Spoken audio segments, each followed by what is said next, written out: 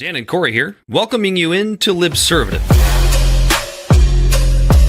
The great fundamental issue now before our people.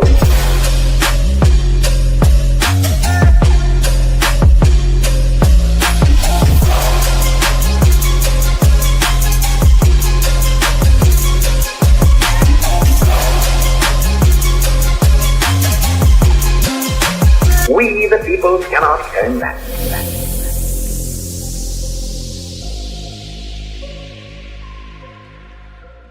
Yeah, welcome in to a very special, rousing edition of Libservative, intellectual idiots fostering political and cultural literacy, and the world's smartest internet show. Bell the Bodysnatcher on the ones and twos. He, as always, is Corey Walsh. He's Dan Griffin. We're having a little weekend brunch episode. Our episode was delayed a little bit this week because, sometimes life happens. We're happy you're here. Grab a Bloody Mary. Grab a nice, delicious mimosa. Or if you're like me, just grab a regular beer and sit back and we'll talk about how the world is coming to an end, as we do every week on this fantastic show. How are you this weekend, Corey? Good. Over here drinking a beer mosa. It's Wow, why does that looks like strawberry milk in the camera? I know. I don't know why it's. Why does it look like that? I don't know. Can't tell you. Can't either. Millions of. I'm actually glad we had to wait till the weekend, because what always happens when we do our Wednesday or our Thursday show is we'll do a show, we'll drop it, and then the nature of the beast of doing a weekly program is that like all the good shit always happens the day after you drop the episode. Which means we're probably going to attack Iran sometime tonight after we've launched this show. After the Epstein files were released on Friday, the inevitability of striking Iran probably just. Oh shit, buddy! I gotta dig a little deeper. Yeah, so 3 million pages. Hold on, let me go back up to my notes here. 3 million pages, 2,000 videos, 180,000 images, with new details about Epstein's communication, prison records, high-profile contacts, and previously unseen photos. The interesting thing about it is all of this stuff comes out, and it still conveniently proves nothing. I mean, honestly, everything that's come out with regards to the Epstein files, it's always been, all it's ever done is proven proximity to Jeffrey Epstein, which is not it's not really a lot of evidence to prove some deep pedophilia ring, which I want to be very, very clear. I believe there is some truth to this somewhere, right? Because where there's smoke, there's fire. There has to be something, even if it's minimal, even if it's way less than what certain folks want to believe. There has to be something, and there's still nothing. Well, yeah, because all of the explicit stuff was removed according to the DOJ. So what was it? They went like 30 days past when this shit was supposed to be released. You think they just had it locked in a filing cabinet? No, they were going through it and finding all the salacious stuff. You'd Pam Bondi's idiot ass come out and talk about how nobody's above the law, and Tom Massey going, including heads of the DOJ that have violated the Epstein Transparency Act for whatever it was at the time, like 36 straight days. Yeah, dude.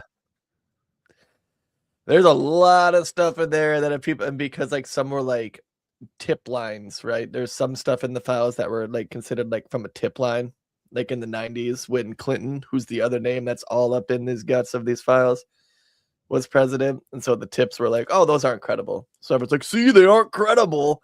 It's like, oh, now you're taking Clinton's word for it, essentially, because it helps your man. But yeah, like there's report like allegedly reports of babies being murdered in Lake Michigan. Bill Gates, apparently got an STD for some Russian prostitutes.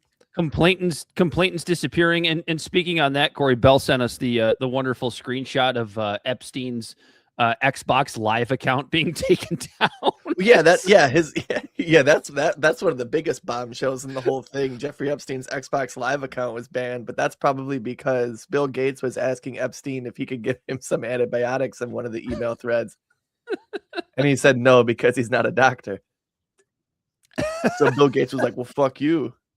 Oh, and No he more wanted him- Xbox Live for you, bitch. and he was asking how can he administer the CEO of one of the biggest fucking companies in the world making computers, Bill Gates, was asking Epstein how can he administer antibiotics to his wife without her knowing. You sure about that? Yeah, it's in the files. Oh man. But yeah, just everyone like, and it goes back to what I was saying before. Like this stuff is salacious. This stuff is like I said, like you said, where there's smoke, there's fire. It's just like the Podesta emails. It's like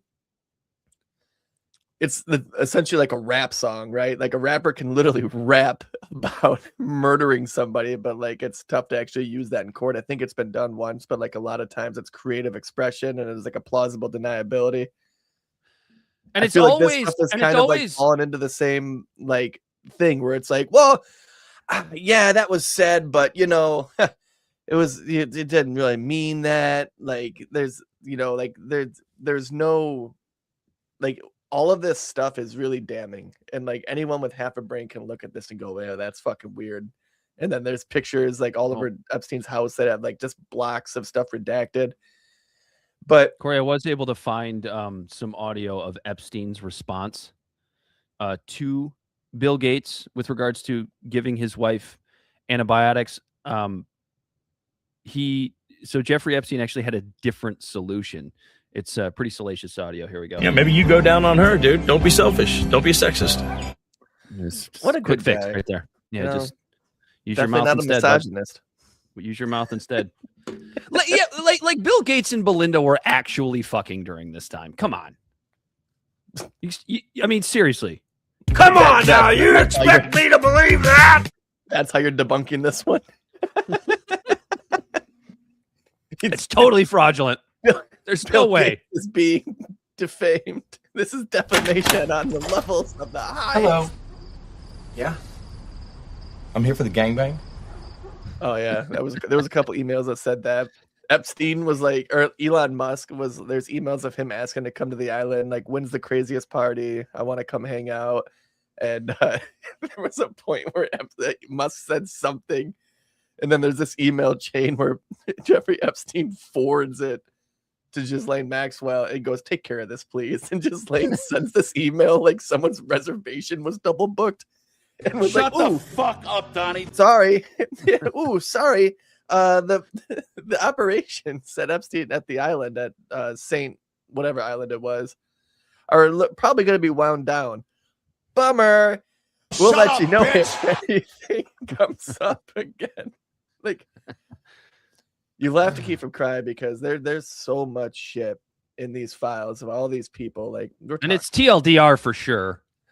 so many people like giving these accounts of this shit that has happened there that are being able to be washed away as an uncredible source.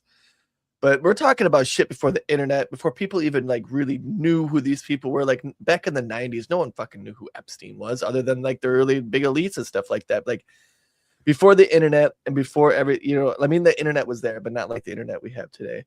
Before people anonymously were hoarding in mass of millions of people on random posts, sharing information and like looking shit up and having this weird sort of like amoeba of a whole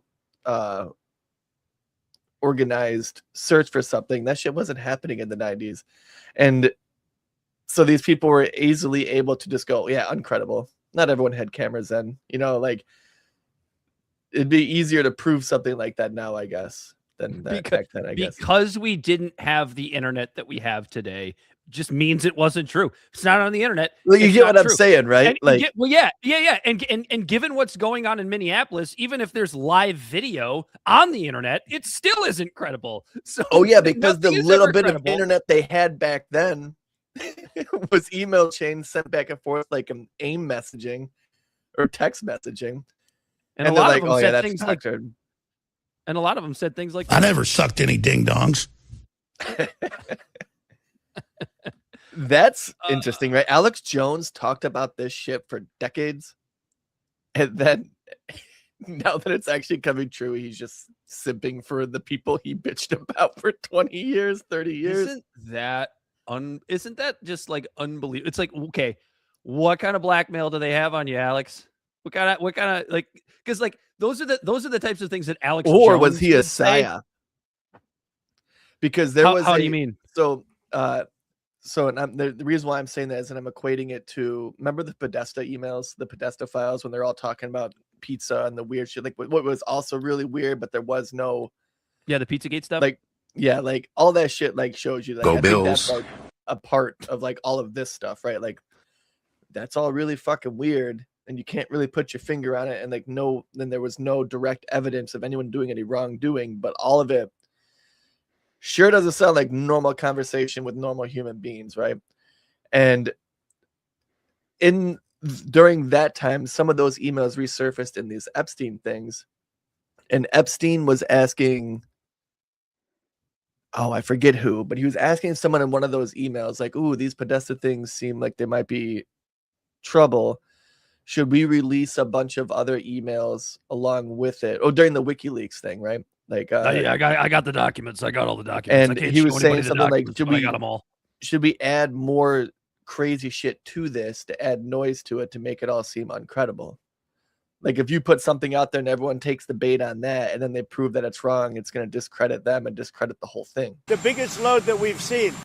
So Alex Jones being quiet now versus being so loud and obnoxious and like what felt just completely fictional the past 30 years talking about it, was that the thing? So people, with anyone that seemed like they were normal talked about it, they'd be like, "Oh, that's Alex Jones shit," and be able to just brush it off.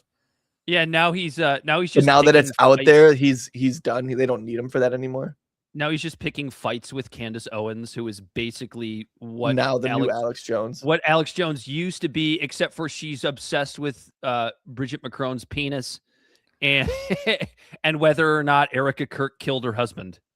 Yeah, Erica Kirk has lived many lives, man. Like the little bit you do see about that stuff seeping into your normal algorithms, and you're not like going down rabbit holes. There's footage of her like with her previous fiance or whatever, like with an interview video trying to get on The Amazing Race. She was doing like CIA PSAs, like.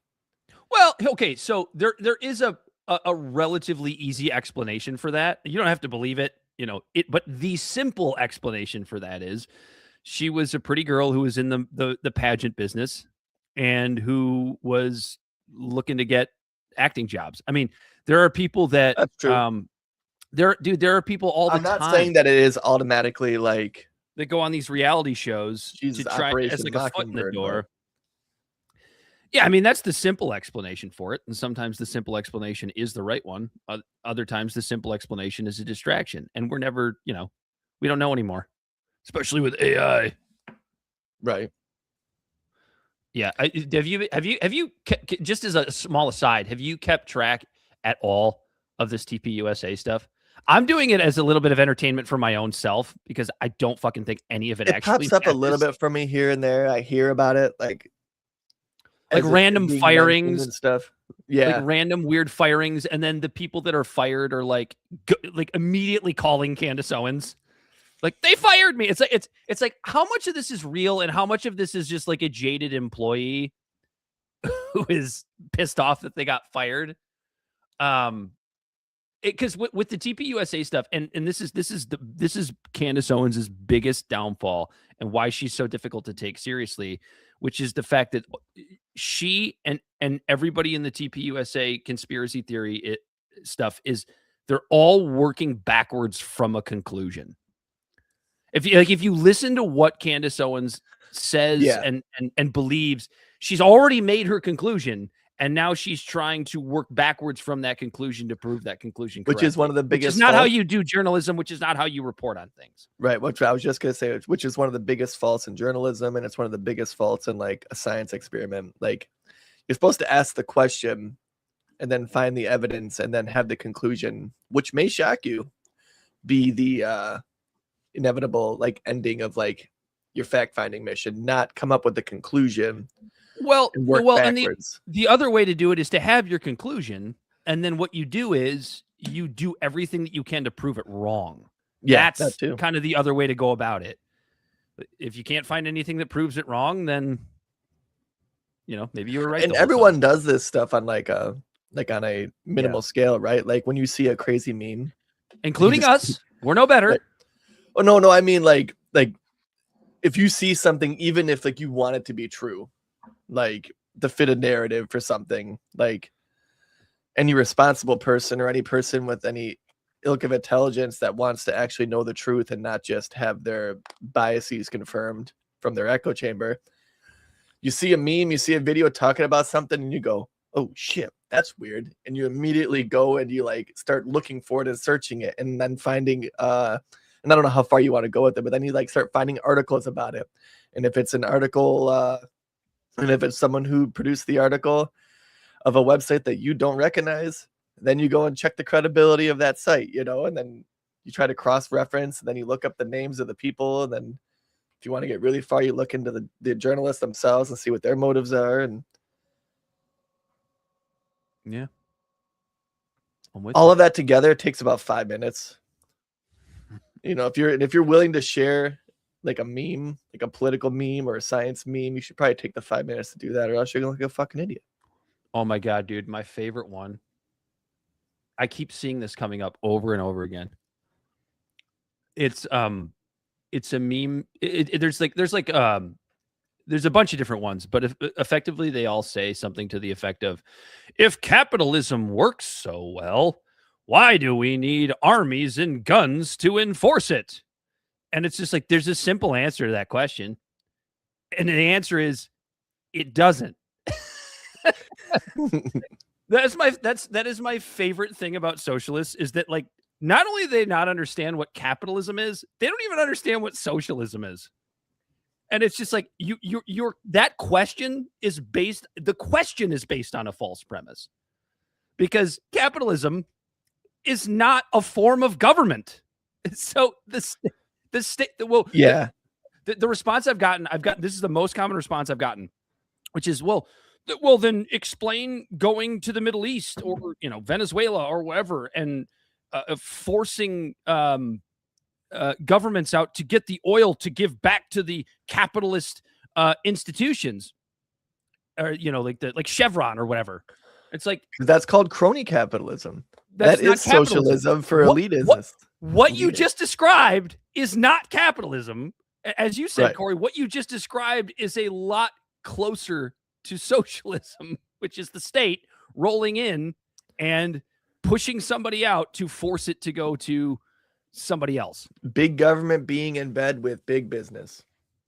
That's not capitalism. That's capitalism. Not capitalism. Capitalism is an economic system. It has absolutely, like, capitalism is the lack of government involved in the economy. It's not, so like anytime the government is forcing something, it's not capitalism.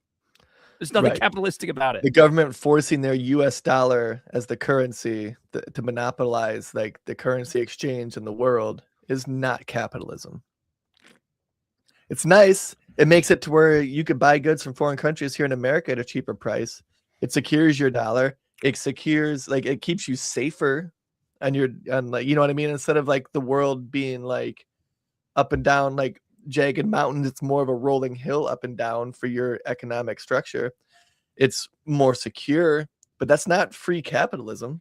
I mean, you can have arguments on how far that goes in securing and protecting a currency for a capitalistic system, but that's not sanctioning other countries because they don't want to use your currency isn't capitalism. No, I know. Rolling the military in to enforce it or to take resources. There's nothing capitalistic about that. Because capitalistic would be exchanging goods and services for those resources and what they deem as a fair exchange. Right. My dollar is less. The oil is more useful to my nation than the dollar is. So here are the dollars. You take the dollars. I'll take the oil. And that's how capitalism works. That's capitalism. Yeah. They don't. Not my dollars are valuable to me, and so is your oil. Yeah, so I'm going to take both. Some strong men in to come take it from you. Yeah, the other fun one is oh, never mind. I lost my train of thought. We'll move on to something else. And I didn't even smoke any weed this morning. You see, Trump is sort of backing down in Minneapolis now. Like, what happened there? The polls. The markets. No, the Polish. Yeah, the polls. Yeah, the markets too. The markets aren't liking it. Well, the markets got well, let's hope for the sake of the Constitution and people's constitutional rights in Minneapolis, because whether or not Alex Preddy was kicking out tailgates, a man being on his hands and knees being killed by the state after being disarmed is not a good look. But the markets also got, and like hopefully Trump's equating the markets to that to make that stop. But the markets got jittery because of his speech at the World Economic Forum. Yeah, there was that as well, which we talked about. And then the polls last week.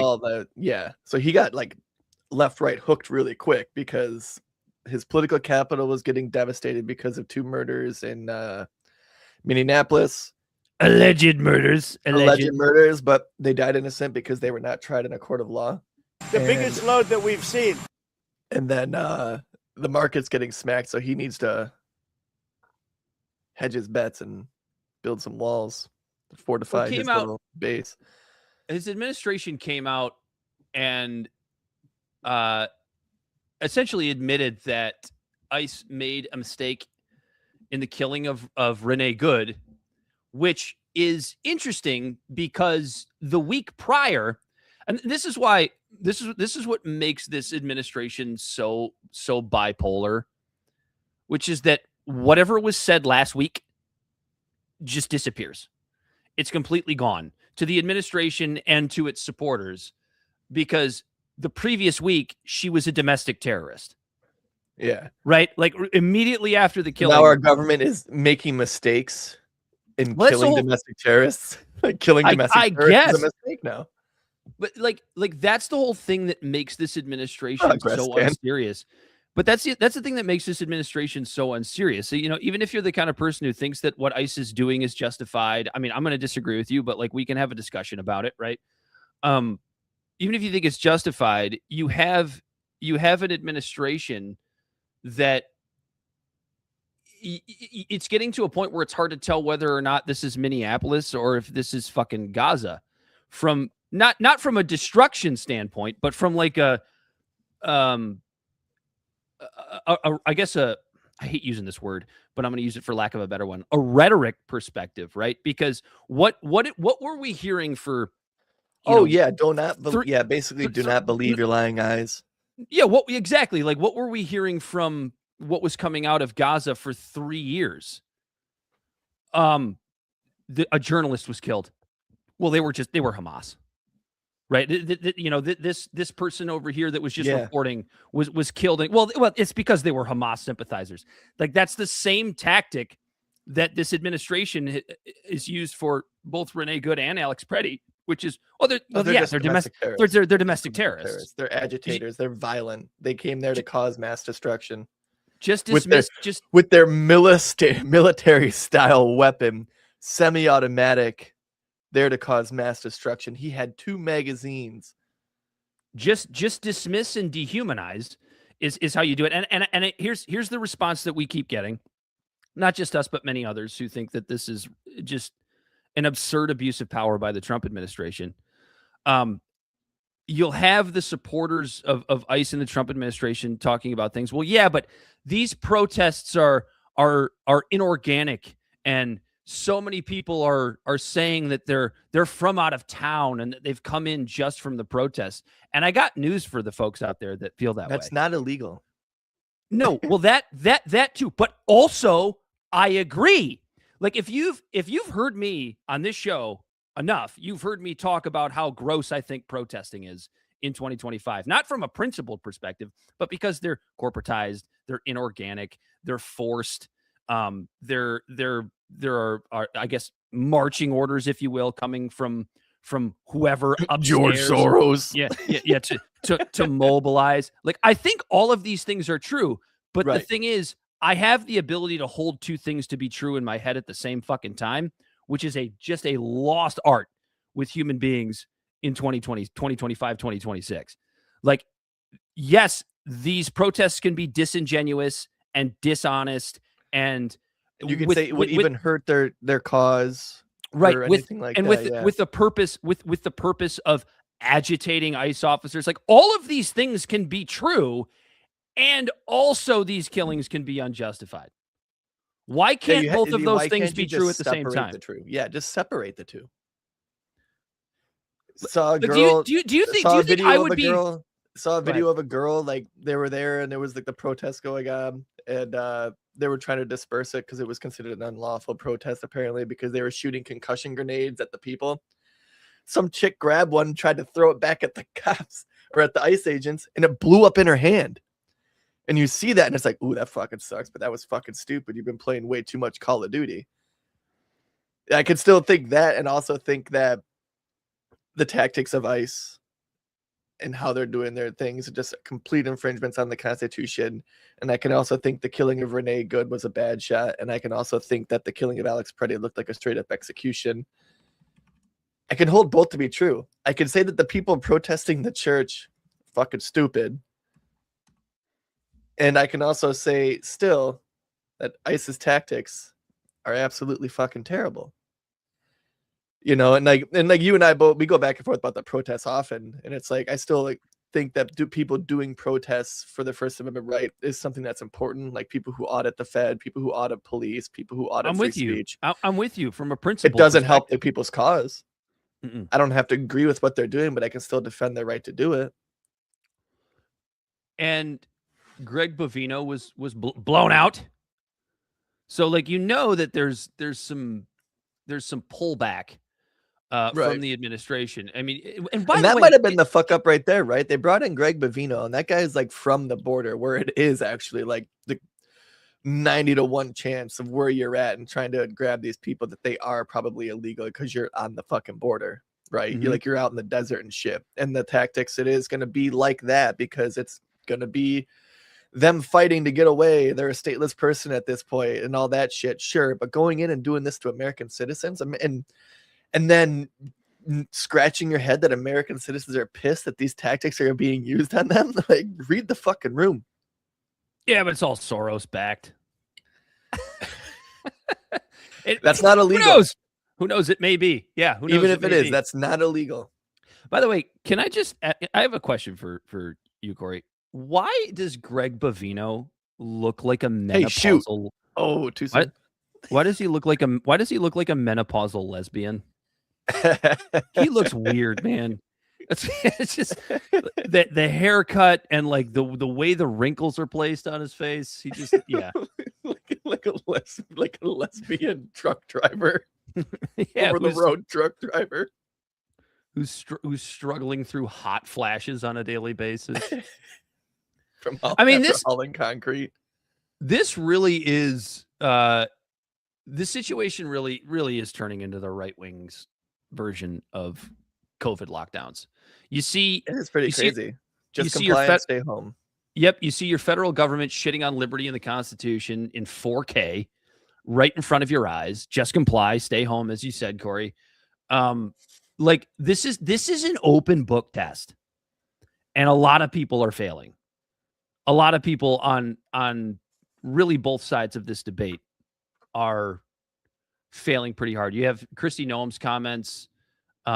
It's basically the way the quote unquote liberal media ran around and talked about Kyle Rittenhouse for whatever. There are still liberals who believe that Kyle Rittenhouse murdered 3 innocent black men that day. Those people are still they were out all there. white, and they still exist, and it was absolutely self-defense. Right, and then those same people now will defend Alex Preddy for having his weapon on him. I'm just happy to see, like, this is what's crazy, right? Democrats and the liberals and stuff, they're finally coming around to the Second Amendment and understanding the importance of it. Good. Great. Well, what does that mean? Just in time for a Republican Party to start shitting on the Second Amendment and let the Democrats run wild with that. Like the Democrats finally want their guns, and then the party's just in time for the party to take it away from them when a new election happens. Because JD Vance ain't winning. He doesn't have the charisma of Trump. A lot can happen in 2.5 years, Corey. But yeah, I would say if there's an election tomorrow, probably not. But I still think that the Democrats are going to wipe the board in the midterms. And then, yeah, there's a lot can happen in however long we have until the midterms now. 10 months. You think before the term is out, Clarence Thomas will retire? I don't know.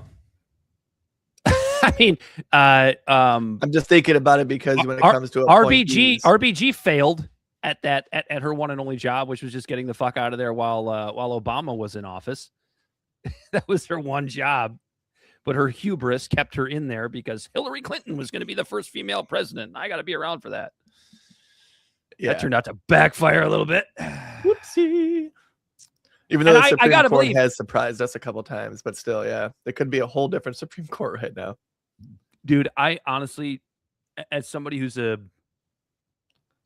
more libertarian leaning, I've had almost zero issue with this Supreme Court for the most part. On from a legal perspective, there are things that I didn't like. There are things that I didn't like, but I understood the lawfare behind it, so it didn't really bother me that much. Okay, I get why they did that. Including the only thing that really, really bothers me about our Supreme Court is not necessarily. Well, yeah, no, just the only thing that really fucking bothers me about our Supreme Court is how they look at corporations as people.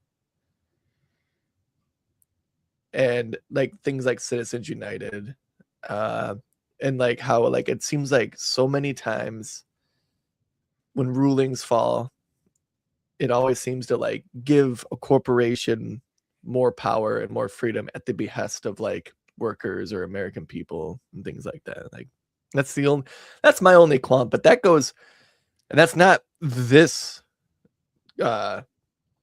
like Supreme Court, but it goes back, decades of that. Like it's a qualm that just when you look at all the different things that they've like voted on, it seems like they always side with corporations. The problem is with Citizens United, I think there's a chance you could get something like that overturned.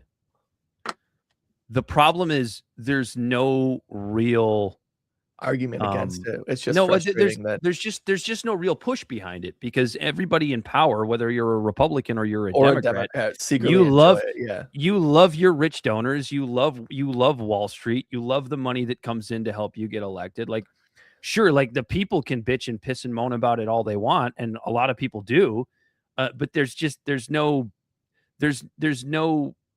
essentially it removes power from the executive branch in particular, but also the legislative branch, and anything that's going to remove power, unless you're fucking Thomas Massey or Rand Paul, good Rand Paul, nobody's going, yeah, we gotta do something about this. I guess if there wasn't a duopoly of like the power and like the two like Democrats or Republicans like trying to hold that, like the way they hold it as their like perceived opposition, even though they're basically in cahoots together with a lot of this shit. If we had more free and fair elections, and we had things like ranked choice voting and stuff like that, Citizens United wouldn't be an issue. It could be a non-issue in a perfect world, but because of the way that the two parties have the stranglehold, it's just you just have a shit ton of money on one side and a shit ton of money on the other, keeping those two fed, fat, and happy to run their machines, and then those machines stifle any other opposition out. Like look at RFK. In some states, Democrats are suing to keep him on the ballot. In other states, Democrats are suing to keep him off the ballot. Like, what the fuck is that? That's democracy, I guess. Like, you know what I mean? And like Citizens United funds that, but I guess you're right. Citizens United isn't the problem. It's the duopoly of the two parties using it to their advantage to stifle any sort of competition from, because like the legal argument is kind of sound. It's about free speech and freedom of expression and using your money as your form of expression or your form of speech. The biggest load that we've yada, seen. yada, yada. But it's one of those things where it's like, in a perfect world, it might work, but in the system we have, it doesn't help it. No. I guess speaking of which, governmental power. Did you see Thomas Massey's latest push to destroy the kill switches that are going to be coming in all cars made after 2026? Well, they don't even have the technology for that.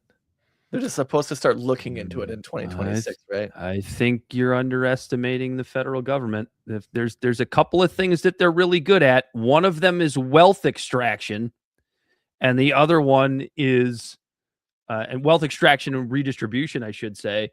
And the other one is developing technology that destroys your liberties. Really, really, really good at those two things. This one really does piss me off, though. It does, and I don't think enough people are talking about it. So for those who may not know, the kill switch bill, which it was part of another big omnibus bill, as all of these fucking things are all the time. I think we talked about this when this one was first put.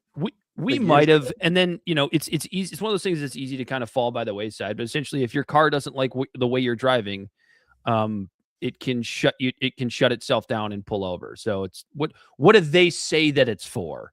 They say that it's to keep drunk drivers off the road. And it's like, dude, does it sound safer for a guy who might be driving a little bit erratically because he's under the influence, or for a car to just shut itself down and pull itself over to the side of the road?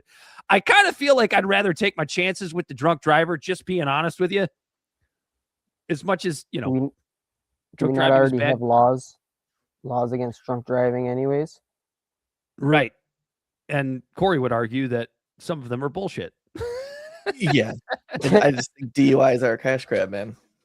Well, the problem with it is, okay, so I kind of have two schools of thought on like drunk driving and DUI laws. Like if it's obvious that you're driving erratically and a cop pulls you over because you're driving erratically and then finds out that you're drunk, it's okay. You're a fucking moron.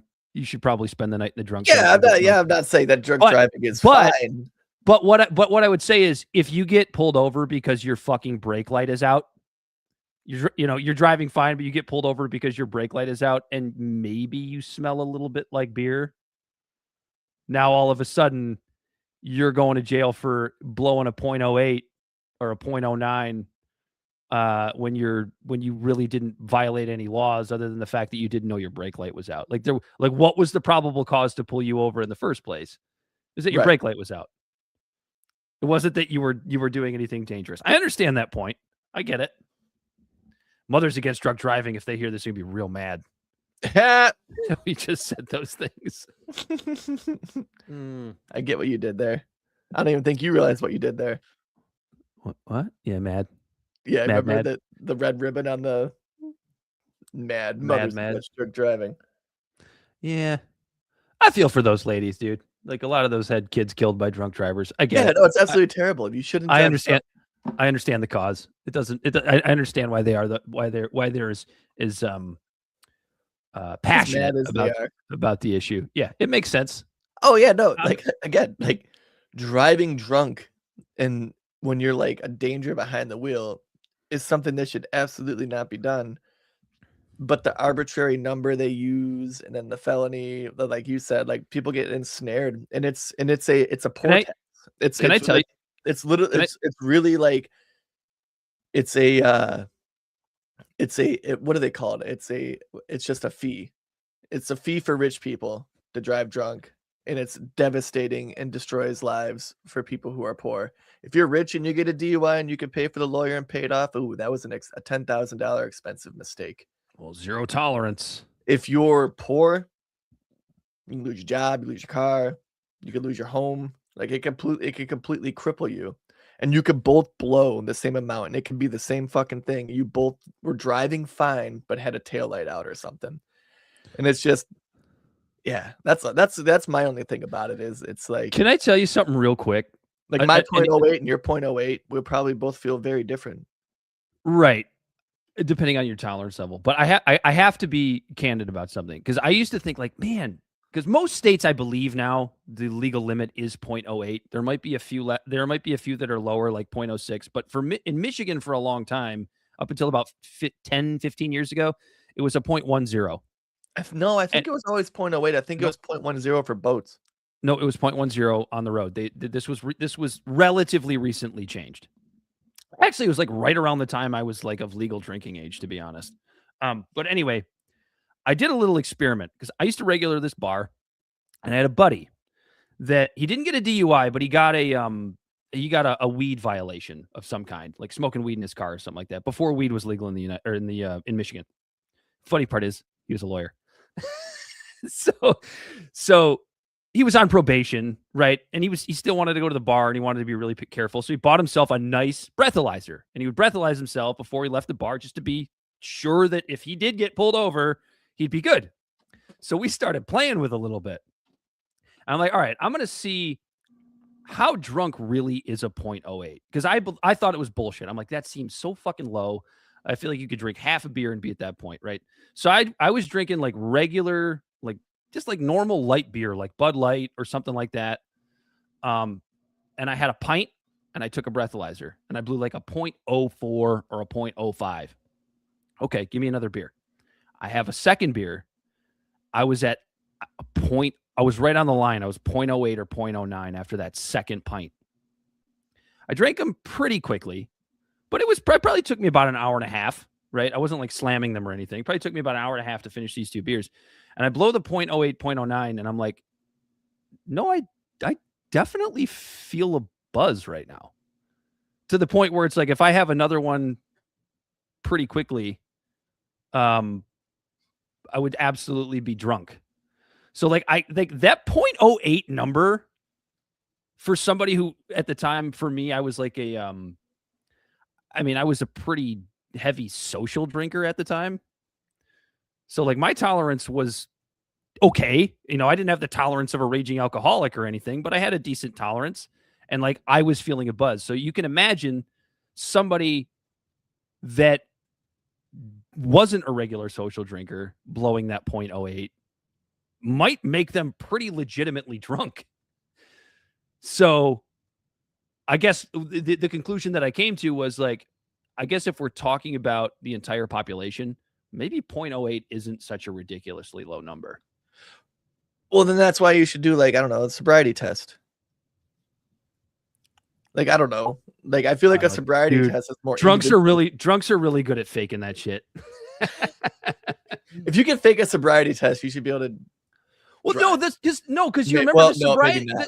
Corey, the sobriety tests were even more ridiculous because it was like say the alphabet backwards, which nobody can even do sober. ZYXVUT.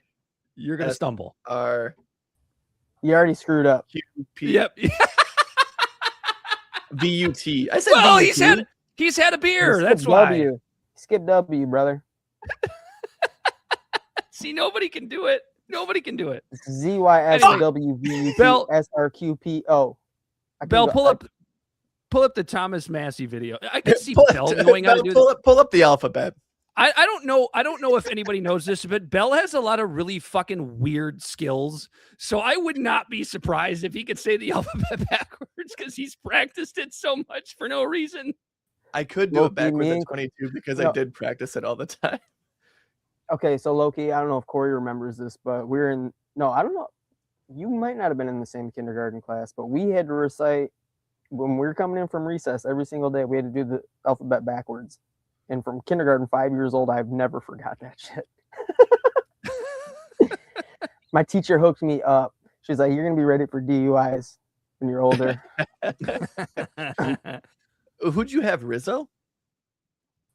Yeah. No, it's just no radio for two. Play the video. Yeah, sorry, no. Me and Bell have known each other since we were 4. So yeah, that is radio for 2. Good call, Dan. Thanks for nixing that one in the bud. Yep. Now shut up so Bell can play the video. It is now in order to consider amendment number 1 printed in Part B of House Report 119-462. For what purpose does the gentleman from Kentucky seek recognition? Mr. Chair, I have an amendment at the desk. The clerk shall designate the amendment. Amendment number 1, printed in Part B of House Report number 119-462, offered by Mr. Massey of Kentucky. Pursuant to House Resolution 1014, the gentleman from Kentucky, Mr. Massey, and a member opposed, each will control 5 minutes. The chair recognizes the gentleman from Kentucky. Mr. Chair, I rise in support of our amendment. This is co-sponsored by Mr. Perry from Pennsylvania and Mr. Roy from Texas. And I regret that we have to offer this amendment. What I'm going to describe will probably sound like a bad science fiction movie, but that's what's written into law. Right now in law, that's going to be implemented it says for 2026 and beyond. Now, the reality is the technology doesn't exist, but that doesn't keep legislators from imagining things that they would like to do to infringe on civil liberties. But there is a law that states that every vehicle manufactured is going to have a kill switch in it. The car itself will monitor your driving. And if the car thinks that you're not doing a good job driving, it will disable itself. So the car dashboard becomes your judge, your jury, and your executioner. Imagine this. We got a snowstorm coming. A mom takes her kids out. They're going to the grocery store. It's snowing. They're trying to get some groceries before the big storm hits. She swerves for a pothole. The neighbor's pet gets in the way, swerves for that. First responder goes by. She pulls over. Her car says, "You got one more swerve, and then we're going to ground you." There it is. The next thing, she has to avoid an icy patch in the road. The car has adjudicated her as unsuitable for driving. It disables the vehicle, and there she's stranded. My question is, how do you appeal your sentence once your car, the technology in your car, has judged you to be incapable of driving? Once it's disabled you and your children at the side of the road, how do you appeal that? Do you press a button on the dashboard? Do you start talking to an AI?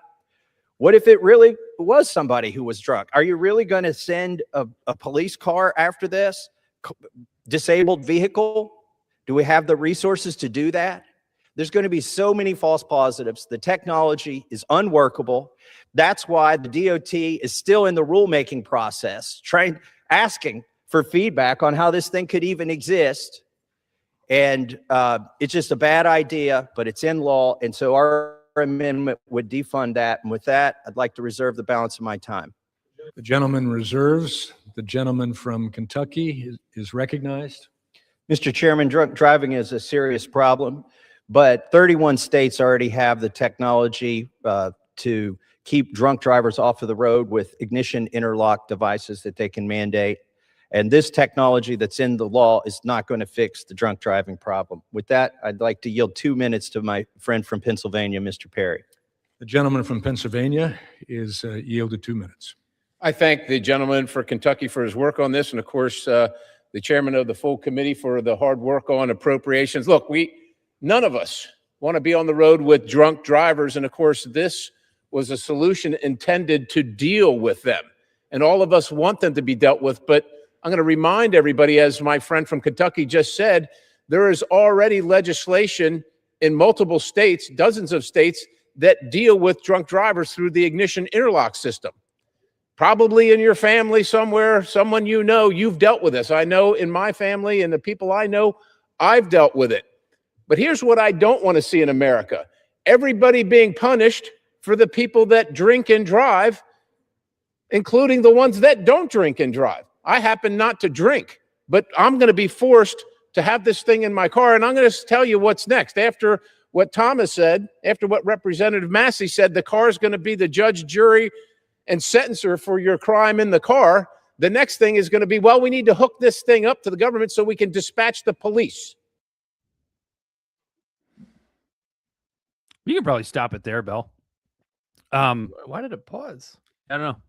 That's fine. That's good enough. That's fine. You're good, Bell. Massey's done. We'll get Massey's done, and so is Senator Scott. Like what I liked about what both of them said was sort of what the states are doing, because that's a really good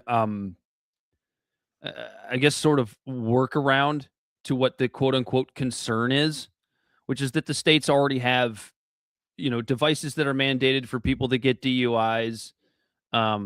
We already have breathalyzers to catch this thing, to catch this problem to a pretty decent ability. And if I'm not mistaken, I could be wrong about this, Bell. Maybe you can find these numbers. But as Gen Z continues to get older, with more drivers on the road, less boomers on the road as they continue to get older, I do believe DUI numbers are significantly reducing, because we've talked about this before, about how young people are not drinking as much as older generations did. Now, millennials, we're all still fucking drunks. That is absolutely a fact. But I do believe I read somewhere that DUI numbers nationwide are dropping.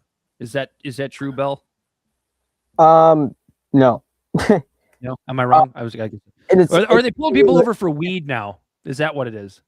Same thing, but there's more DUIs right now than in the past decade, not counting COVID. There's a 41% increase in DUI fatalities during the lockdown, and how the fuck is that possible? 25% increase. There was nobody on the road, and a 25% increase since 2014. It gave more space for me, except for drunk drivers, Dan. All right, yeah, I guess I was wrong. I made that up. Drivers are crashing into other drunk drivers, or into medians or whatever. I will say though that since 1982, there was 21,000 DUI deaths, and in the recent years, there's an average of 10 to 13,000. So, I mean, over the past 30 years, it's dropped, but not over the past decade. It's increased. Fair enough. Yeah, increased about. Maybe that's what I saw then. That's what I mean. Sometimes you see these graphs and they're accurate, but like the statistics within them are easily manipulatable, kind of thing. So like Bell said, if you look at it since 1982, yes, DUIs are way down, but if you look at it over the last decade, they're up. So take with that what you will. But people are drinking less. You know what one of the number one segments in retail beverages is right now? At least I shouldn't say number one segments, but growing segments. Non-alcoholic beer. It's huge. It's going all over the place. I've been drinking gallons of it. So I try to reduce my alcohol intake. In fact, I'm gonna have one right now. I was thinking about switching to it for like during the week.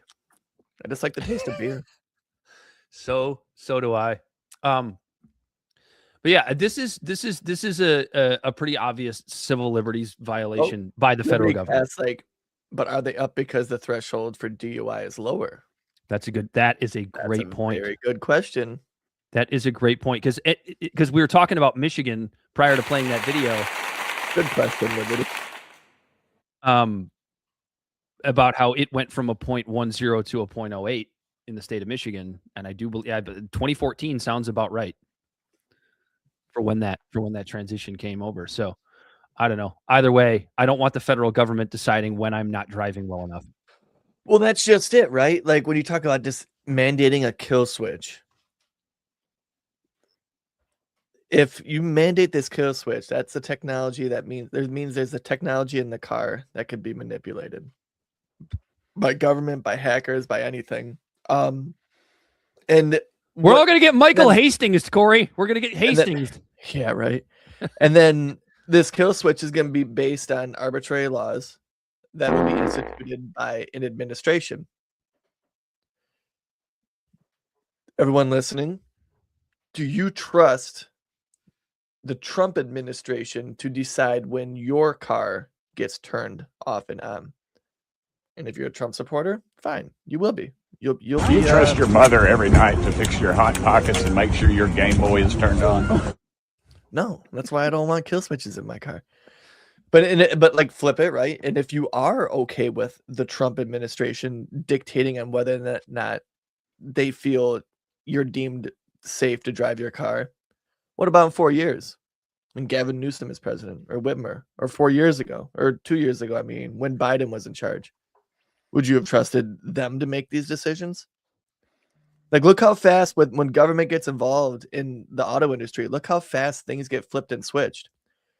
Ford hired a bunch of people for their electric vehicle manufacturing with like the Ford Lightning and stuff because there was subsidies from the government being given to them. They're The next cheating, they're administration crooked, they're comes in. corrupt. The next administration comes in, cuts the subsidies for building electric vehicles. Ford had to lay off like 3,500 people from that plant. They're now not making the Ford Lightning, this vehicle that they spent all this money on and all of these resources and all of this work on this car to sell, that they probably knew wasn't really going to sell because the market didn't really want it, but they were getting government subsidies to do it, making their pockets. They did it bigger. anyway. That once it was pulled out, they're like, yeah, this is bullshit anyways. We don't even fucking care. Let's not fail to mention though, that truck was a fucking piece of shit. That Ford F-150 Lightning had like a 2-hour battery life, couldn't fucking haul anything, or when it did, the battery was dead in 16 minutes. It was a piece of garbage. Absolute trash. They didn't care. They were right. they were like Right, it right. was stupid not to make that for them in a business decision. It was stupid not to make that. Daddy, And you're it my would have been daddy. stupid to continue making it when the government wasn't subsidizing it. It was a free ride for them. Mhm. It was an absolute free ride. That's called corporate welfare And corporate socialism. Yep. But it's capitalism's fault. That's why. Toyota, and people were giving Toyota shit for going, we're not getting into it. We're sticking with hybrids. And it's like, look who's laughing now. They're hybrids still sell good. People like hybrids. Everybody knew deep down that like the electric vehicle thing was never going to take off, and to the extent that it would, and to the extent that it has, because there is a market for it, right? There are people that want these cars, but if they're affordable, right? It's never going to be everyone. And I'm going to tell you right now, the pickup truck crowd was never going to fucking switch to an electric pickup truck. No, it was just never going to fucking happen. Never. Like there is still a market, right? Like people are buying the hybrid Sure. Maverick. There's a hybrid Maverick that they sell, and people are still buying that like hotcakes. The Maverick is selling like crazy, but they still have the all gas engine option too. They had it. I mean, Elon had it right from the start with the Tesla. I mean, the Tesla was dominating the electric vehicle market forever. I think it still is, if I'm not mistaken. Yeah. I still think it's the number one electric vehicle out there. Anyway, yeah, we don't want the federal government deciding when our driving isn't good enough. So this bill is really, really bad. Yep. Thomas Massey's amendment was, And both parties voted for it. yeah. Both parties love to vote for the expansion of government power. And I do believe Massey's amendment was shot down. It was. Yeah, of course it was. Of course it was, because we like government power. What else do we have, Corey? Do you do anything else? We kind of ventured away from what was taking place in Minneapolis. I don't know if you had anything else you wanted to add, because to me, it was just another example of everybody with the Alex Preddy situation. It was just another example of everybody seeing what they wanted to see. Just like with Renee Good, it's a pointless argument. People are being dehumanized, and violence in turn is just becoming more and more acceptable. And that's the fucking scary. As long as it's against the people you don't like. Because well, yeah, you've never met them in your entire life, but their opinions are different than yours. Oh, there was the Don Lemon angle. We can't miss what happened to Don Lemon. Talked about what a dumbass he was last week. So Don Lemon was arrested due to a grand jury in Minnesota, by the way, having him indicted. So Don Lemon, a Minnesota grand jury was impaneled, and is the body that indicted Don Lemon and the others involved in the city's church protest case, confirmed by multiple sources. He's since been released. He has no like stay-at-home order. He's allowed to travel across the world and country or whatever. From a principled perspective, I hate that Don Lemon was arrested. From the perspective of somebody who fucking hates Don Lemon, I think it's hilarious that Don Lemon was arrested. Because this is one of those situations where it's like, it's really funny. Like, one of the best things about the early part of this second part of the of Trump's second term here was that when it was all just about like owning the libs, it was hilarious. We all agreed that it was funny, but then real shit started happening, and all of a sudden, like owning the libs isn't as funny as it was before. But for some reason, when it comes to Don Lemon, it just still so funny, makes dude. me laugh my ass off. Because When it's this Don guy- Lemon, it's like fucking idiot, right? But objectively, separate Don Lemon from the title of journalist, and it's like, it's interesting, and I think it's something we're going to be seeing more and more because, like, even on January 6th, people who proclaimed themselves as journalists were detained and arrested and stuff. It's because we're going into this new environment where there's independent journalists and people telling me that they have a medium that they can go out and do this stuff, to whereas before it was all legacy media, to where it's like the people you were being a journalist for, like the name itself, like had power, right? They knew they had a large swath of lawyers on retainer, like people from CNN, people from Fox and all that stuff weren't arrested on January 6th, but people like, let's say, like even someone as big as, let's say, like Tim Pool wasn't there, but like someone on his level with that many followers and stuff didn't have the legacy media behind them. They were arrested and detained. Don Lemon now is an independent journalist. He does his own thing. He doesn't have any of that legacy media. And he claimed to be a journalist. And all of his footage that he has too, like he wasn't in there actually protesting. He was walking around with the microphone asking questions and stuff. Like he definitely had the appearance of a journalist. Yeah, but he was also blocking traffic to get out and hand the protesters fucking Starbucks drinks.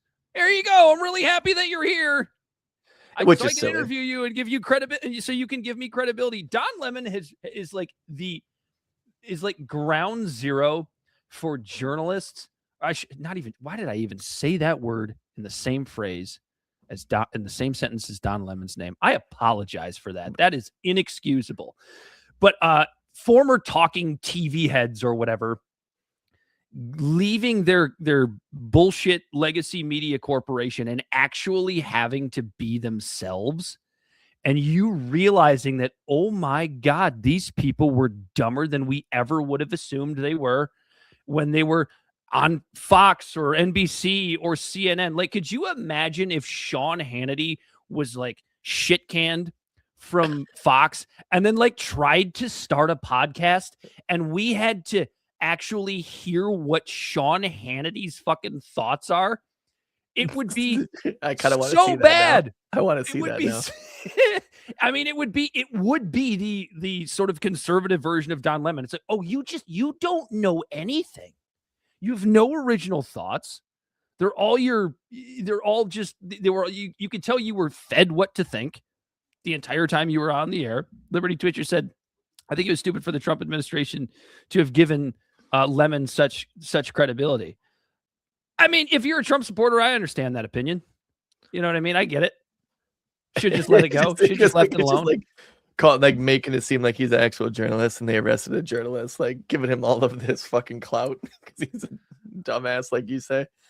But yeah, no, like objectively, like this is probably something that is going to have to be sorted out because you still want the idea of a free press and you still want the idea of the press being able to like get into these situations and hold people accountable. Like even international law, like that, like look what happens in Israel. Like that's such a big stink that they're shooting press and journalists, and some of them were independent as well. And I'm not equating Don Lemon to people being killed by IDF in Israel, but what I'm saying is like he might though. The press like kind of holds this thing. Like when you get behind a camera, you're kind of a shield, right? Like you're not being actively engaged in what's happening. You're like recording it. You know, like in war zones, you're not really supposed he to. Goes and he people asks to that have fucking the press thing, and what he did was uncouth. It seemed like he was chasing clout, and especially his interview itself, like it was like dog shit. Like, yeah, but they have the right, blah blah blah. It's like it almost seems like in his situation he was using the camera to hide behind to be a part of some activist thing. But seeing like minus all of that, he did get interviews. He didn't break in. He followed them in. This could set a dangerous precedent. Yeah, and that makes me even more mad because it's fucking it's Don Don Lemon. Lemon. Could it have been anybody else? Anybody else? I would have accepted Rachel Maddow over accepting Don Lemon. Because Rachel Maddow, is infuriating as she is worlds more intelligent than Don Lemon will ever hope to be in his life. She's just so captured by nonsense that she's not credible in any way, shape, or The form. establishment dollar. Yeah. That's the last thing I had on Minneapolis. We'll see what happens in the next week because apparently they're drawing back.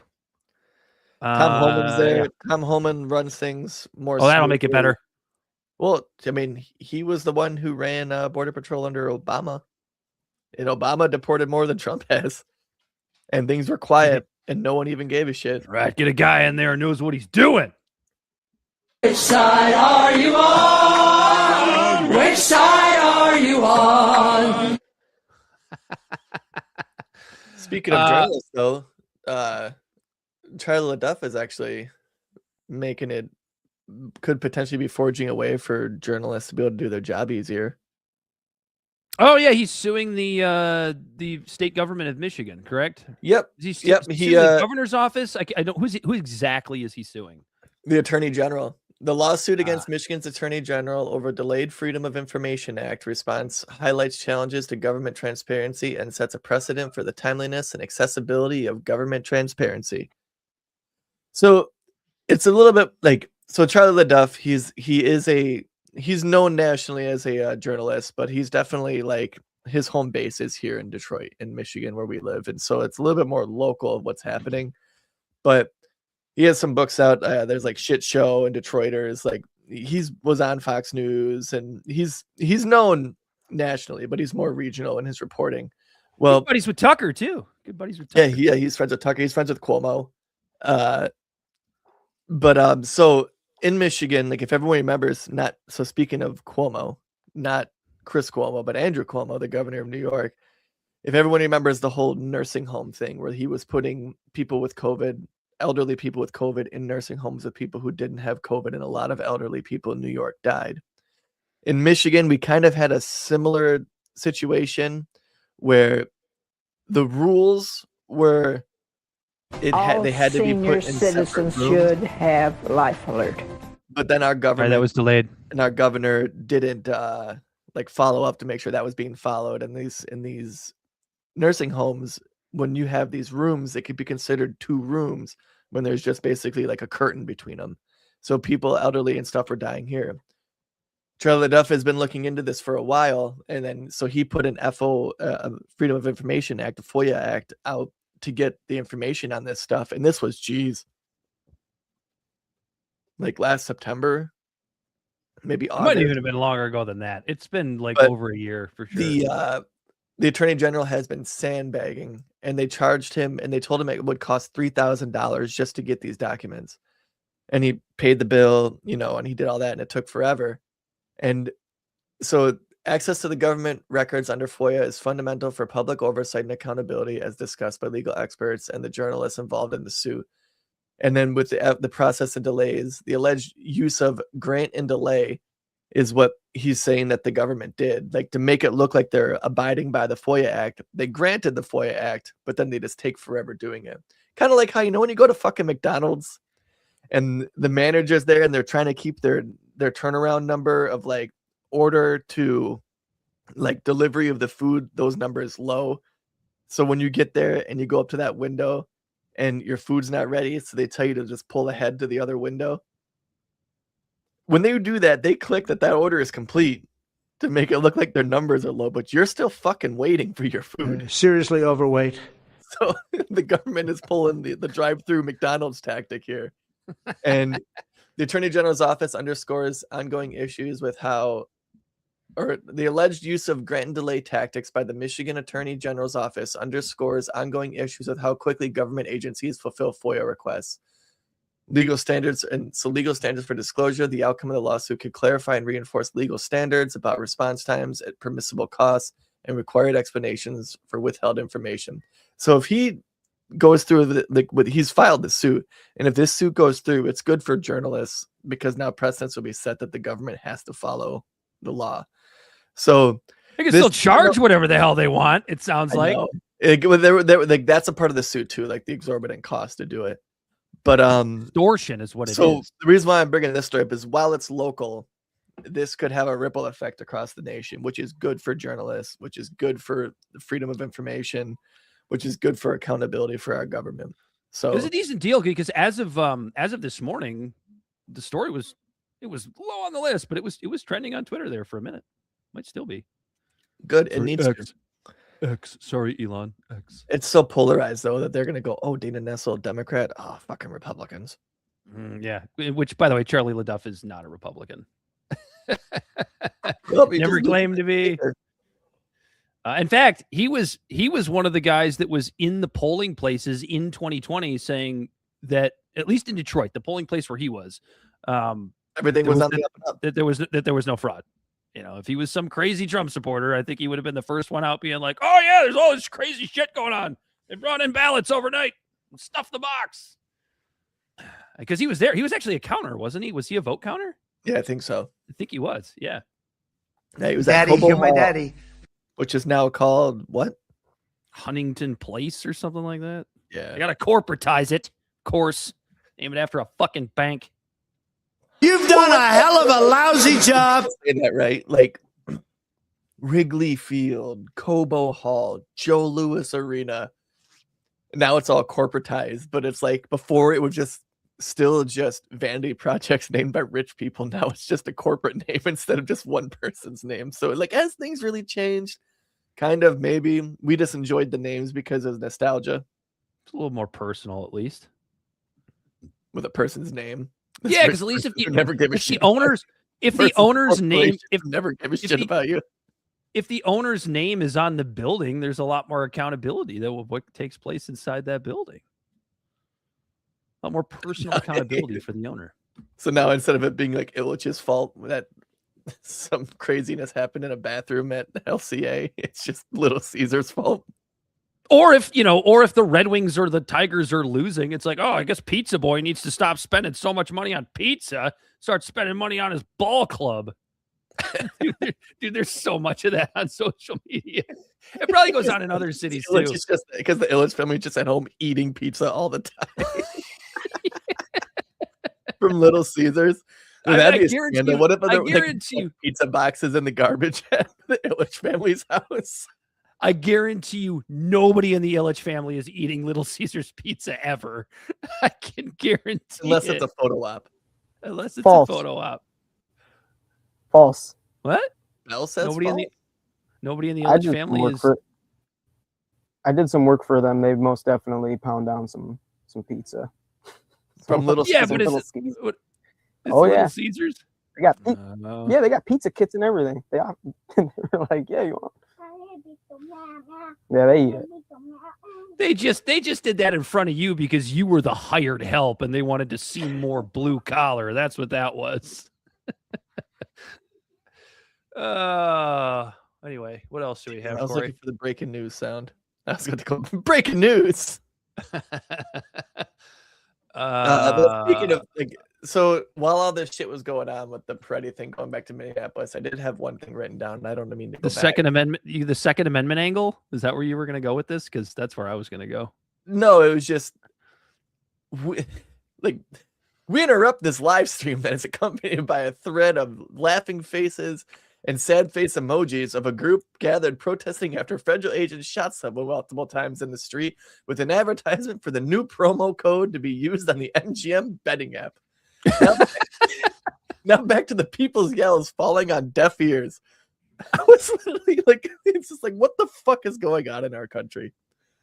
I meant to mention this when we were actually talking about it, but it was just like something I still thought worth mentioning. I'm watching this fucking protest. Like, it was after the Alex Peretti shooting. Someone on YouTube was live streaming. I click it just to see what's going on, see what people are saying in the comments, see what the feel is, like the environment thereafter, like, is shit about to pop off, what's happening. And it's just sitting here and like you see people crying, and then you hear like all of like the silly tropes of people just yelling like, go home, and it's just like, okay, like they're gonna listen to you this and time. whistles blowing. And whistles blowing, yeah. And then right in the middle of it, as I'm watching this thing about someone that was just like, I'm seeing the vision of the area where somebody was just murdered in the street by the federal government. And then it cuts out and just new MGM. Try the new Wizard of Oz, the Great Oz, Great and Powerful Oz slots here at MGM. Use this promo for da da da da da da da. And it's just like, what the fuck is happening right now? They pick up the shell casings from the bullets, and there's just a Kelshi logo engraved on the casing. What caliber do you think this bullet was? Like, it's fucking Hunger Games, dude. It's Hunger Games out there. I saw this and I was like, what the fuck? Sorry to interrupt you watching the protests of somebody being murdered. Here's a fucking advertisement for a betting app. Go gamble and stop thinking about this. Go gamble. How Orwellian is that? Very much so. Yeah. Don't believe your lying eyes is the other part. But the other angle is the Second Amendment angle, right? Hannah Cox had a wonderful tweet the other day that I thought was perfectly apt, where she says, at this rate, we're about to have a pro-2A anti-government Democrat platform. Like, there's just going to be another phony realignment, at least for the midterm elections. And Dylan Allman had a really good tweet too, where he said, if the Second Amendment does not apply to this exact kind of moment, what do people think it's for? A citizen can lawfully carry, see masked federal agents beating someone in public, move toward the scene to help, and then get erased with a hail of bullets because, quote unquote, he had a gun. That excuse is an insult in a country where possession is legal by design, where the whole point is that the public never becomes a disarmed audience watching state power operate. I'm not interested in arguing frame by frame footage. I'm interested in the principle that a free people cannot accept a standard where lawful carry becomes a death sentence the second authority feels threatened. If that is the standard, then the Second Amendment has been reduced to a vibe. The founders did not write it so Republicans could do militia cosplay on weekends. Obviously, this guy's on the left, but I don't really give a shit what side of the political spectrum you fall on if your statement is principled, which is what this is. That's absolutely what this is, because it doesn't matter whether you're pro-ICE or you hate ICE and you support, what Alex Preddy was doing. At the end of the day, Alex Preddy, as he saw it, what he was seeing was a tyrannical federal government essentially invading his city. Now, you can call him a buffoon. You can think he's crazy for thinking that. You can think that ICE is justified in what they're doing in Minneapolis, but that's how he saw it. So now imagine a situation where, a lefty governor or president starts rolling in their Gestapo because you're not using the proper pronouns or something like that. Folks on the left are going to call you a crazy person because words are violence. You're going to think you're the only sane person in the world, and you're going to stick to your principles when it comes to the Second Amendment, I would imagine, in a situation like that. So it all just comes down to the basic principle of what the Second Amendment represents. And again, this is another open book test that way too many people are failing. You got Tim Pool out here saying that I'm not a bootlicker. That's my boot. That's my boot. I'm the one wearing the boot. Tim, fuck you, dude. How much? Dave Smith made this point. Like, how much money are you paying in fucking taxes? It's not your fucking boot, dumbass. You're licking the boot of the people that you pay the taxes to go out and at best escalate a really shitty situation. And you have Kash Patel, the biggest dude. This guy he's an unbelievable fucking moron. Saying you can't bring guns to protest. Fuck you. Yeah, Trump's doing the same thing. I got this. We voted for. Here you go. I got this right here for you. Oh, good. I was going to try and I meant to send Bell this video, and I think I failed. Yeah, I had a hard time finding it because there was one with really shitty audio, and then there's one with good audio. As an assassin, sir, was Mr. Petty acting as an assassin? Do you think he was acting as an assassin in Minneapolis? Who is that? Mr. Petty, your deputy chief of staff said that. You don't think so? With that being said, you know, you can't have guns. You can't walk in with guns. What about the Second Amendment? You can't walk in with guns. You can't do that. But it's just a very unfortunate incident. What about the Second Amendment, sir? So we'll work something out. You can't have guns. Hey, just a minute before you move on. Hey, I want to say, Shut up, bitch. Shut up, bitch. I'm just kidding. I'm sure she's a nice lady. I don't know who she is. It tastes like cigarettes.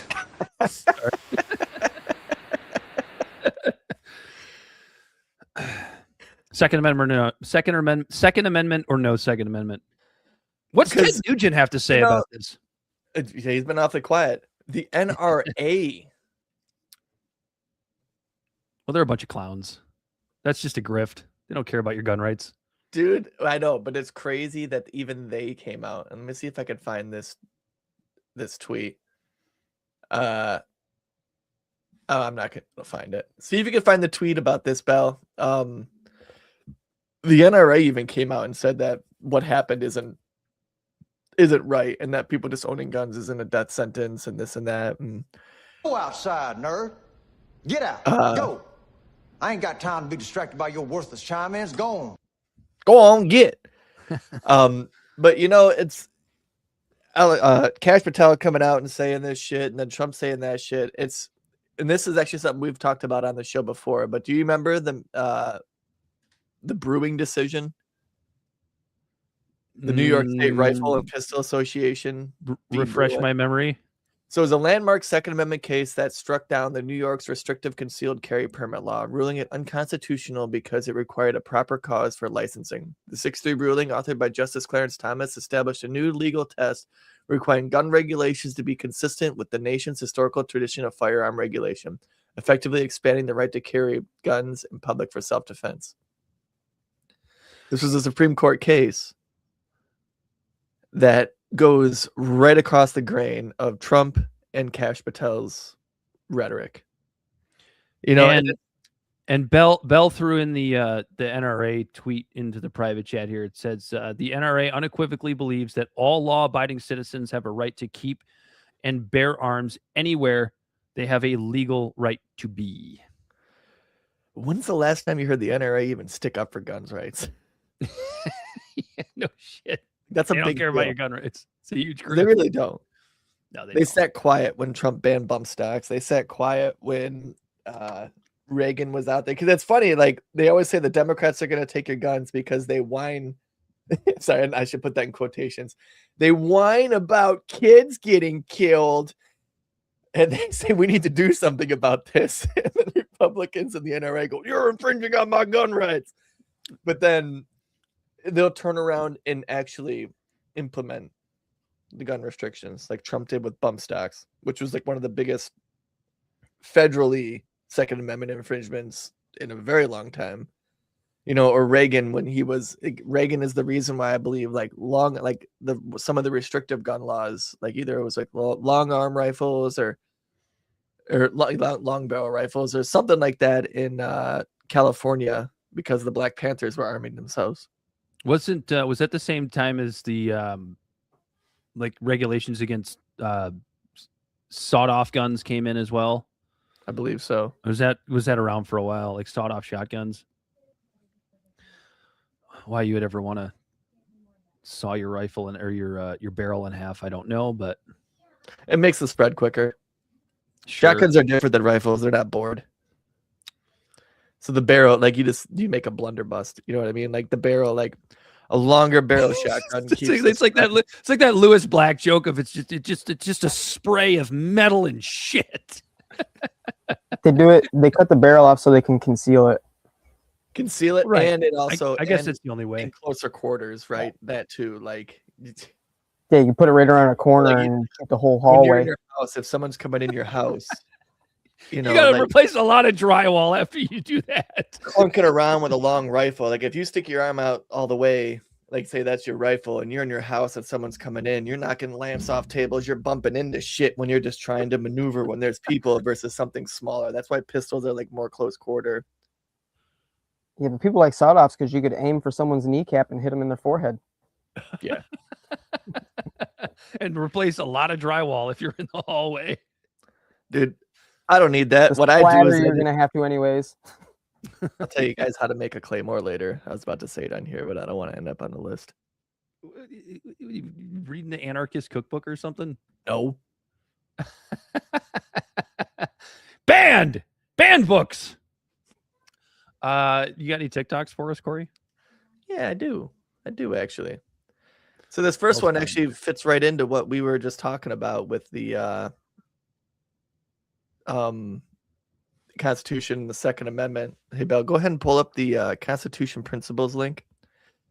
This guy's talking about it wasn't the video that we just played, but it's a video where this guy is like really talking about just like being principled and like the Constitution and kind of the stuff we've been talking about today.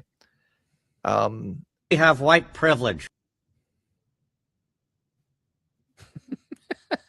I ran out of things to say about it. It's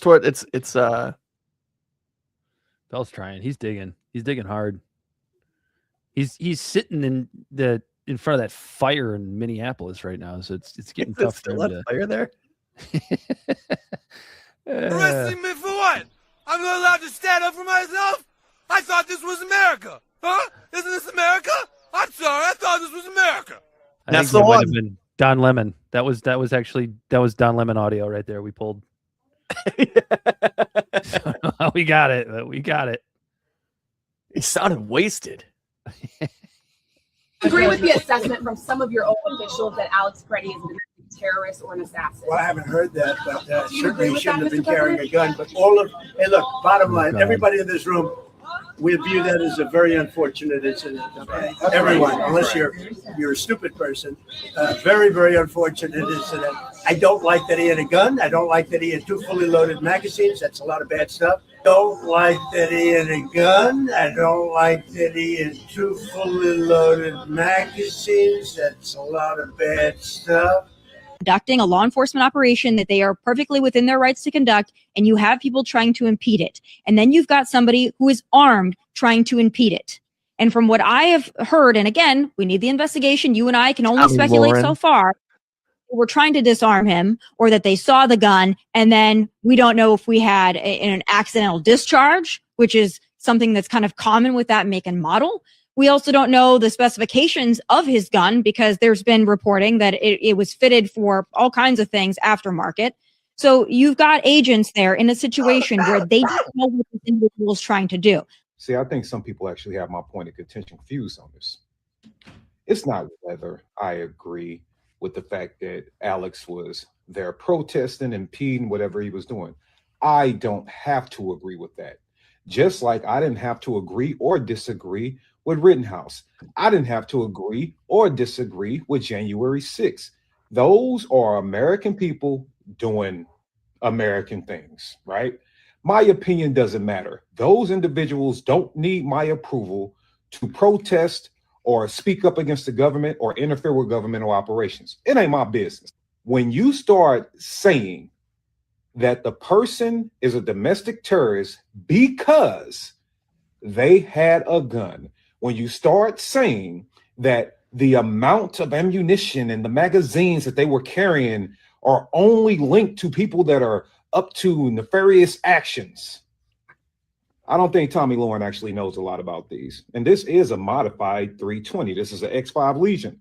But what she's now doing is calling it an accidental discharge when the issue with this gun was an uncommanded discharge, if anything. Starting to attack modifications that might have made the gun go off, that is a slippery slope. So we got magazines, intent just because you're armed, and now modifications of guns might cause them to go off and put officers' lives in danger. Do you not see how crazy it is when the right has the exact same talking points as the left? Be prepared for when the best no longer say ICE and they say ATF. Just make sure you comply. It's fair enough. I did hear the description of pre-2017 SIG P320s having an accidental discharge issue, particularly if you drop it on the handle. The striker would fire. I don't know how it works. Apparently that was actually a legitimate issue with that model of firearm that has since been fixed since 2017. But it wasn't dropped. Right, exactly. So poor trigger control on an undertrained officer. So we're at the point where poor trigger control of an undertrained ICE officer may have discharged this gun, and because of that, the other officers may have feared for their life, and because of that, a unarmed civilian there exercising his First and Second Amendment rights was murdered while he was on his hands and knees. You're right, and I think the bigger concern is Trump's comments about that's a lot of bad stuff. Guns, modifications, quote unquote too many magazines, whoever the fuck decides what that means. It's just like, dude, it's bad. It is just like what we get into after the fucking school shooting debates. It sounds like Trump sounds like David Hogg. Mm-hmm. I mean, that's what he sounds like. He sounds like David Hogg. Hogg! It's Hogg! Shut up, bitch! Yeah, dude, it's very ungood. It's a lot of bad stuff. It's a lot of people say it. A lot of people say it. It's a So, lot of bad stuff.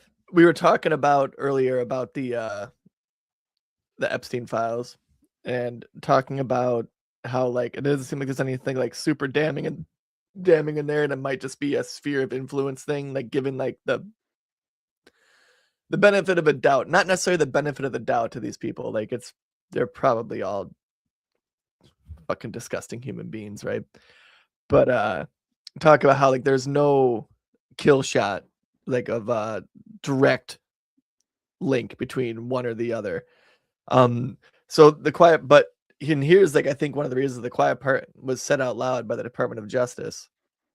So go ahead and pull this one up, Bell. Go ahead and throw that on the screen. Here they are talking about that stuff, that very thing that everyone's saying isn't there. Another postmenopausal lesbian. Go for it. The categories of documents withheld include those permitted under the Act to be withheld. Files that contain personally identifiable information of victims or victims' personal and medical files, and similar files, the disclosure of which would constitute a clearly unwarranted invasion of personal privacy. Any depiction of CSAM or child pornography was obviously excluded. Anything that would jeopardize an active federal investigation. And finally, anything that depicts or contain images of death, physical abuse, or injury, also not produced. Although the Act allows for withholding for items necessary to keep secret in the interest of national security or foreign policy, no files are being withheld or redacted on that basis. So what you're saying is all of those things are in the files. And how do we know that? Because they've been redacted. Because you just told us you had to pull them out. What an absolute fucking jackass. So anyone who's like, calm down. I don't know, it's not in there. It's like, yeah, because the government just said they didn't put it in there. Why would they? It's like, hello. Yeah. I'm here for the gangbang. It's like that's just some of the redacted audio. Why do you need to say that you redacted that stuff? Asking for a friend. They're all morons, dude. They really are. They're just morons. Like, I think we know what that means. I thought this was America. Huh? Isn't this America? I'm sorry, I thought this was America. And then meanwhile, so we're going to talk about the state of where we are today. Meanwhile, the party that claims to be the opposition to Trump and their ICE things and all of that stuff is currently, well, they're actually, as of this moment, the House is holding up the bill, but they're passing bills to just keep funding them. They keep funding ICE. And so this guy on here, you know, we've shared him before. I forget his name. I wish I could give him credit. Let me see if I could find out what exactly his name is real quick as I'm looking this up. Well, Bell can play it while you do that.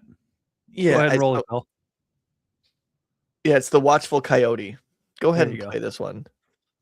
Women grow up being catcalled, harassed, and often outright abused by men. This leads women to have hard boundaries with men and to hold us. Start it over. For a woman to even hold on.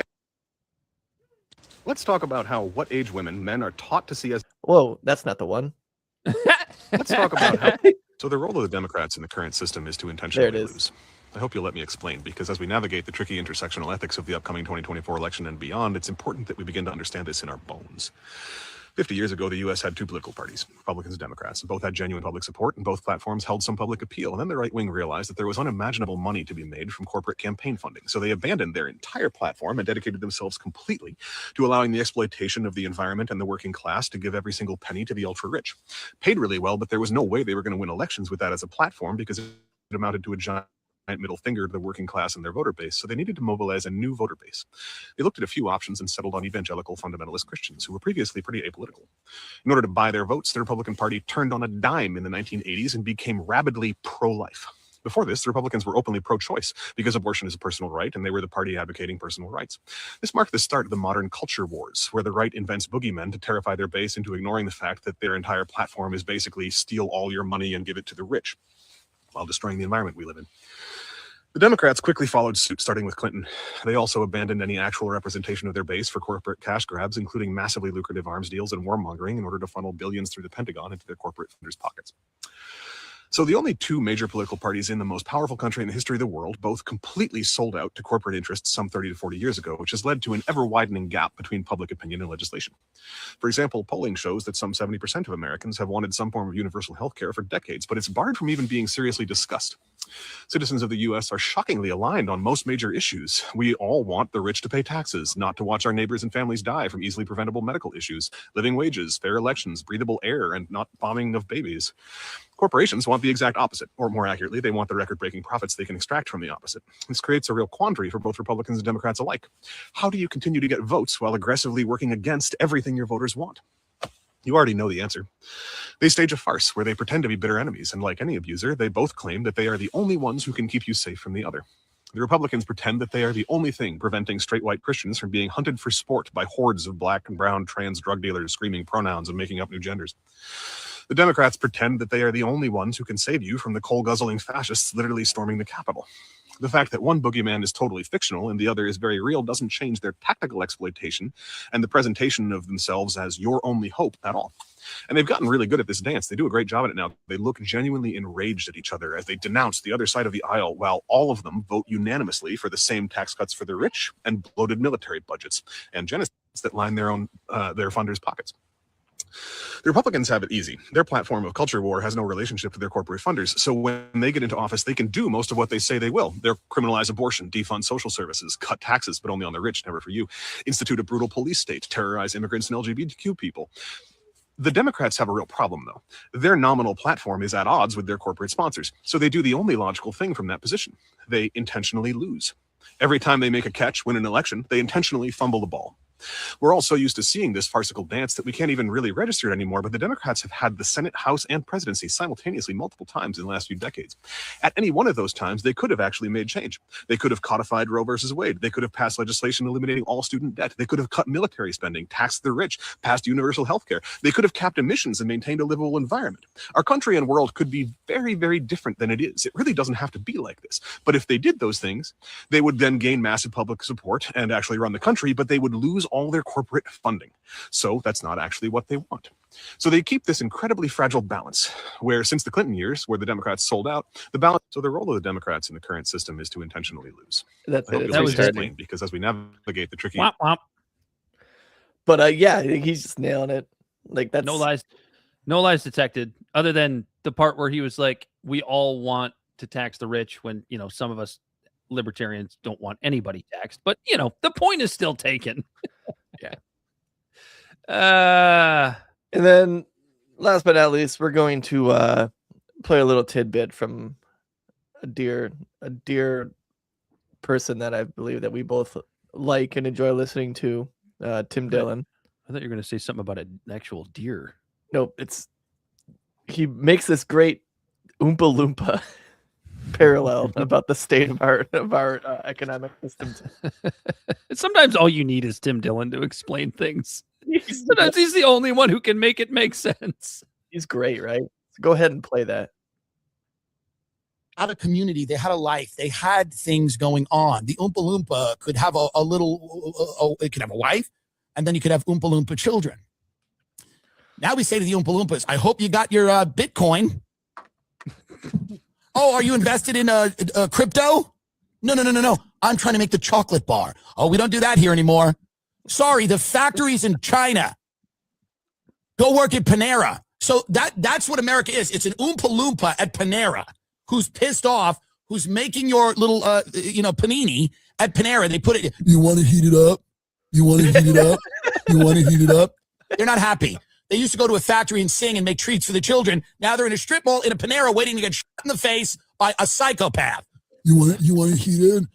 What soup do you want? We have Southwestern corn chowder. It's so horrible what we've done to people because these Oompa Loompas, now follow me here because I know many of you I think most of the people who watch this are high on something, so it's easier to get to where I'm going, but some of them are sober, like me. And if you are sober, you have to follow me a little bit. What you're doing now is these tariffs are for the Oompa Loompas. Because Wonka, they came to Wonka, the Chinese came to Wonka, and they said, you're a psychopath.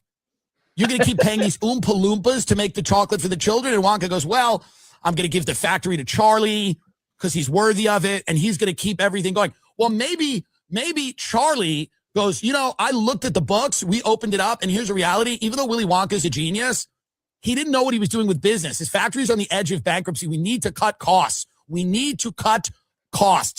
We can no longer afford to produce the chocolate in the factory. We need to go to where labor costs are low.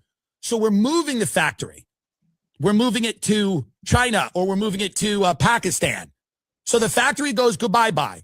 Then a real estate developer gets rid of the Willy Wonka chocolate. They keep a little of it because you want the gate and the thing, and they build a condo where the chocolate factory used to be, but they keep just enough of it to excite the millionaires and billionaires who are going to buy these condos. They come into the chocolate factory and they go, oh, I'm living in this new building and it's so fucking cool. And the realtors go, they're developing the Willy Wonka chocolate factory into a luxury condo. And then all of their clients, many of them foreign, buy condos in the Willy Wonka chocolate factory that they visit a few months out of the year. They don't care. And you know what all is left of the chocolate factory? A couple of murals on the wall of chocolate. Okay, but just chocolate. They don't show Willy or the Oompa Loompas because people would ask when they were in the lobby, where did the Oompa Loompas go? And they go, oh, they're on heroin. So the Oompa Loompas now that are told to fuck off. Charlie takes a big buyout, okay, because a multinational corporation like Unilever buys the chocolate factory and they move all of the jobs offshore. Charlie gets a big penthouse and sits at the top of the penthouse and he's now evil. Okay? Because he said, I need more money and more money and more. And he never even liked chocolate. That's the other thing. He didn't even like chocolate. He just liked going to orgies on a yacht in international waters. So then he's at the top of his penthouse. And he goes, let's go to the orgy. I'll take the helicopter. We'll land right on the yacht. So now he's in international waters having orgies with all of his winnings because Unilever bought the chocolate factory and shipped it to China, India, Brazil. And people call you from India and ask you if you want chocolate around Valentine's Day and they'll ship it to you because they have distribution centers in America that ship the Chinese-made chocolate to your fat wife. Okay? So now Charlie's a gazillionaire, babillionaire. He's a zillionaire. And he's flying his helicopter and landing on a yacht where he has sex with underage women and then cuts their throat at the point of orgasm and throws them over the yacht. And then they all die in the ocean, which is also pollution. And he's sitting at the top of the factory. And all the Loompas are working at Panera and they're strung out. Okay? Follow me here. Don't start with me. All these strung out Oompa Loompas are like, fuck, what's the deal? And they ask Charlie about this. They say, Charlie, why did you do this? And he comes back, he wipes the blood off himself from just throwing a woman over a boat. And they said, Charlie, why did you sell the factory? Why are all the Oompa Loompas on fentanyl? And Charlie says, it's a shame how trans people are treated in this country. And they go, what? And he goes, it's disgusting how trans people. And he goes, yeah, but Charlie, the Oompa Loompas are all on fentanyl and they're eating at Panera and they're dying. And Charlie goes, well, the CEO of Unilever is a trans woman and she's a woman. And he goes, I don't understand, Charlie. We don't really have problems with trans people, but many of the Oompa Loompas are now hanging themselves with these little ropes because they have no jobs. And you're just offshore on some yacht and whatever. I don't know. And you're invested in all these different companies. But, we had a thing here. We had a chocolate factory where we would sing and be happy and all the families would get together and they'd have a little chocolate every now and then. And people used to walk around and be proud of the downtown because it was a chocolate factory and there was tourism and there was a sense of community. And Charlie goes, hey, man, I'm a little sick of white guys. And you go, but Charlie, you're like really white. You're like pale. And he goes, and I'm ashamed of it. And then he gets on his helicopter and murders another woman. And it almost feels like Charlie himself is using some of this, okay, to get people's mind off the fact that he sold his chocolate factory to a global multinational conglomerate who's offshored all of the jobs, okay? And then Charlie's sitting there and he's saying, hey, man, this is just the way it is.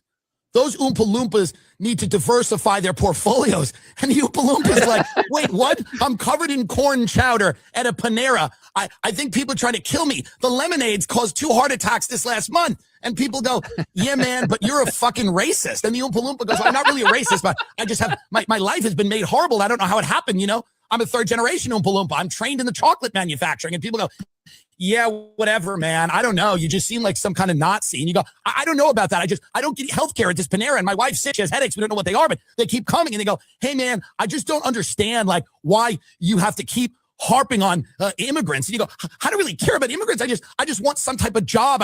I want some type of future in this country. And they go, well, I don't know about that. I don't know about that, bucko. Do you want it hot? We can make the sandwich hot. Do you want it hot? Do you want it heated up? But what I mean is that they had a community, they had a life, they had things going on. The Oompa Loompa. He fucking nails it, right? Yeah, sometimes all you need is Tim Dillon to explain what's going on. He's like do you want it hot? He's like Tim Dillon just predicts the future. I mean, he basically just described in terms of Oompa Loompas the whole schematic of corporatism and offshoring and globalism in our country.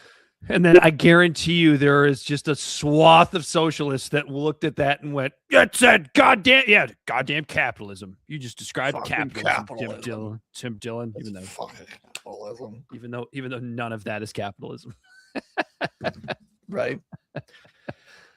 I got nothing else. All right.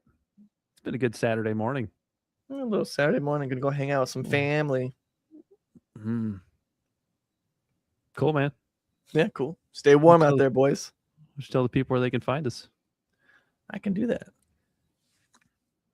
Libservative Podcast is found on all social media and podcast platforms. Our website is absurdiveshow.com. We can be found at Libservative on Facebook, YouTube, and Twitch. Instagram and Twitter at LibservativePod. Our TikTok videos can be found at Libservative Podcast. And you can reach out directly at libservativepod@gmail.com. Subscribe today. And if you are new to the show, seeing as we're going live here on a Saturday morning due to some scheduling conflicts, normally we're going live on Thursday evenings now, sometime between 8 and 8:30. So if you want to pop in, join us, or as Corey said, download the podcast at a later time. Tell a friend. Word of mouth always helps spread the word a little better of our Lord and Jesus Christ. Mm-hmm. Spread the word. For Bell the Body Snatcher, he as always has been Corey Walsh. He's Dan Griffin. It's been Libservative Intellectual Idiots fostering political and cultural literacy and the world's smartest internet show. And until next time, We are out of here.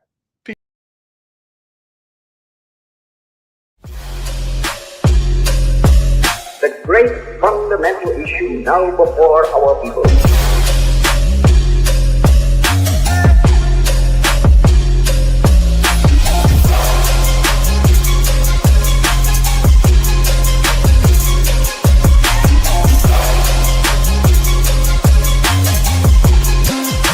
We, the people, cannot turn back.